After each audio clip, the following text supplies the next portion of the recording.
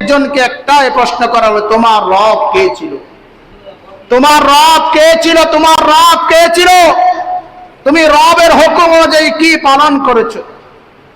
তোমার রবটা কে ছিল? প্রথম প্রশ্ন, তোমার রবটা কে ছিল? রবকে চেনার জন্য তো কলব লাগবে। কলব তো মরা। কলবকে এমন রোগে রোগান্বিত করেছে, রোগ হইতে হইতে কলব একদম মরে গেছে। রবকে আমরা চিনি না, ঠিক না? রব কে সেটা আমরা চিনি না। রব কে সেটা আমরা বুঝি না। রব কে সেটা আমরা চিনি না। রব কে সেটা আমরা বুঝি না। এই জন্য আমার রব সব সময় তাগিদ দেয়। তাগিদ দিয়ে দিয়ে বলে, হে আমার বান্দা, রবকে চিনো। রবকে চিনতে হইলে কলব লাগবে। কলব পরিষ্কার করো। যদি কলব পরিষ্কার হয়ে যায়, রবকে চিনা যাবে। যদি রবকে চিনা যায়, ওই যখন কবরে প্রশ্ন করবে তোমার রব কে, তখন মুখ থেকে বাহির হবে আমার রব আল্লাহ। ঠিক না ঠিক? আমার রব আল্লাহ। অটোমেটিক বাহির হয়ে যাবে, অটোমেটিক। আর যদি রবকে যদি না চিনি, রবকে যদি না বুঝি, রবকে যদি রবের কাজ যদি না করি, তাহলে কবরে যখন জিজ্ঞেস করবে তোমার রবকে, লা হাদিরি, এই শব্দ ছাড়া আর কিছুই বলতে পারবে? কিছুই জানি না, কিছুই জানি না, কিছুই বুঝি না। এই জন্য রবকে চিনতে হইলে কলবুল সালিম দরকার। রবকে চিনতে হইলে নিজের আত্মা, পবিত্র আত্মা দরকার। এই আত্মা যখন পবিত্র হয়ে যায়, তখন পরিপূর্ণ রবের ভয় আত্মার মধ্যে চলে আসে। হিংসা বিদ্বেষ দূর হয়ে যায়। রবের সমস্ত হুকুম আহকাম পালন করা সহজ হয়ে যায়। আপনি মনে করেন, একটু চিন্তা করেন না, আপনি কবরে গেছেন, আমি কবরে গেছি, আমাকে ফেরেশতা জিজ্ঞেস করতে তোমার রব কে, আর যদি আমি না বলি লা হাদিরি, আমি কিছুই জানি না, রব আর দ্বিতীয়বার প্রশ্ন করবে না। দ্বিতীয় প্রশ্ন করবে তোমার দিন কি ছিল? তোমার দিন কি ছিল? যদি আমি দিনের উপরে থাকি, তাহলে মুখ থেকে অটোমেটিক বাহির হয়ে যাবে আমার দিন ছিল ইসলাম। আর তৃতীয় নম্বর প্রশ্ন করবে তোমার আল্লাহর রসুলকে দেখাইবে, একটা ছবি আকারে দেখাইবে, হাদিসের মধ্যে এসেছেন।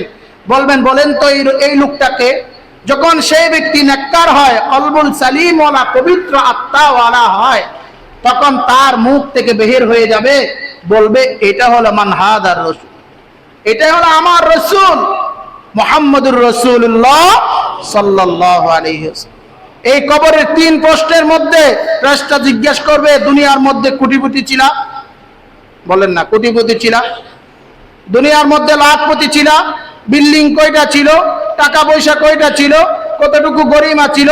কতটুকু তাকাব্বুর ছিল? কত বড় আলেম ছিলা? কত বড় মুহাদ্দিস ছিলা? কত বড় শাইখ ছিলা? কত বড় অমুক ছিলা? জিজ্ঞেস করবে? না না না। সাধারণ মানুষকে যেই প্রশ্ন, আলেমকে একই প্রশ্ন।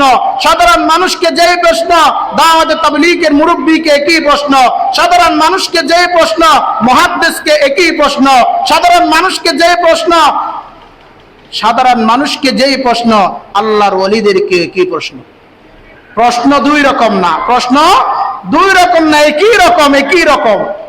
এই জন্য কারো জন্য বলা সহজ হবে, রব বলেন তার জন্য বলা সহজ হবে যেই ব্যক্তি কলবুন সালিম নিয়ে কবরে গেছে, যেই ব্যক্তি পবিত্র আত্মা নিয়ে কবরে গেছে।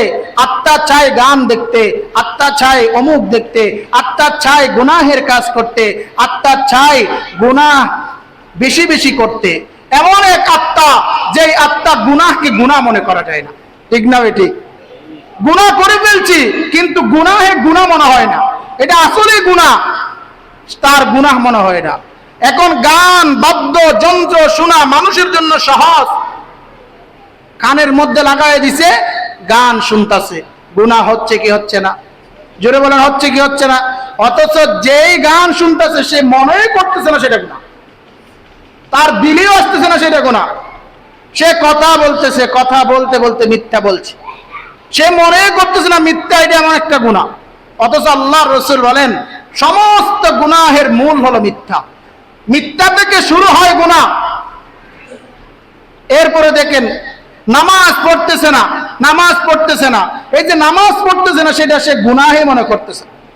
অনেকে আবার আমাদের কাছে যে প্রশ্ন করে, অনেকে প্রশ্ন করে কয় আল্লাহ বলেছেন আকিমিস সালাহ, নামাজ কায়েম করো, এখানে তো আল্লাহ নামাজ পড়তে বলেন নাই। কত বড় পণ্ডিত! আমার কাছে প্রশ্ন করছে একজনে, কয় আল্লাহ কোরআনের পাতায় পাতায় বলেছেন যে আকিমিস সালাহ, নামাজ কায়েম করো। কয় আল্লাহ তো এই জায়গায় নামাজ পড়ো সেই শব্দ বলে নাই। আবার আরেকজন পণ্ডিত জিজ্ঞাসা করে কয় হুজুর, আমরা তো 5 ওয়াক্ত নামাজ পড়ি, কোরআনে তো কোনো জায়গায় 5 ওয়াক্ত নামাজ পড়তে আল্লাহ বলে নাই। কত বড় পণ্ডিতের পণ্ডিত যে এই কথাটা বলছে, তার ঈমান শেষ। কারণ সে আল্লাহর বিধানকে সরাসরি অস্বীকার করছে, অথচ সে চিন্তাও করতে পারবে না যে এই কথার কারণে আমার ঈমান চলে গেছে। তার দিমাগে, তার দিলে, তার মস্তিষ্কে সেটা আসে নাই। এই জন্য ভাই দুস্থ বুজুর্গ, দুনিয়া অল্প, দুনিয়া অল্প, মাতাউন কলিল, অল্প অল্প দুনিয়া অল্প। ওয়ামাল হায়াতুদ দুনিয়া ইল্লা মাতাউল গুরুর। আল্লাহ তাআলা ডাক দিয়ে বান্দাদেরকে বোঝাও, বান্দা দুনিয়া দুঃখা আর দুঃখা, দুঃখা আর দুঃখা, এই দুঃখা ছাড়া আর কিছুই নয়। এই আজকের দিনটা একটু ভাবেন, কত মানুষ 5.5 সেকেন্ড ভূমিকম্পের কারণে কত লক্ষ লক্ষ মানুষ 10 তলা থেকে দূর মাইরা বাঁচার জন্য নিচে আসছে। যদি নিচে ভূমিকম্প হইতো বাঁচার কোনো উপায় আছে? কত লক্ষ লক্ষ মানুষ গাড়ি থেকে নিমেষের ভিতরে নেমে গেছে। কত কোটি কোটি মানুষ রাস্তায় রাস্তায় গোড় পাকাচ্ছে। কার মাথার কাপড় কোথায় সেটা দেখে না, পর্দাওয়ালা নারী বের হয়ে গেছে নিজের জান বাঁচার জন্য। যদি রব যদি না বাঁচায়, বাঁচাইতে কেউ পারবে? বলেন না, বাঁচাইতে কেউ পারবে? পারবে? এই জন্য রব বলে 5.5 সেকেন্ডে যদি তোমার এই অবস্থা হয়, যদি আমি রব 1 মিনিট দিই, এই 5.5 সেকেন্ডের কারণে ঢাকায় বিভিন্ন বিল্ডিং এর মধ্যে ফাটল হয়ে গেছে।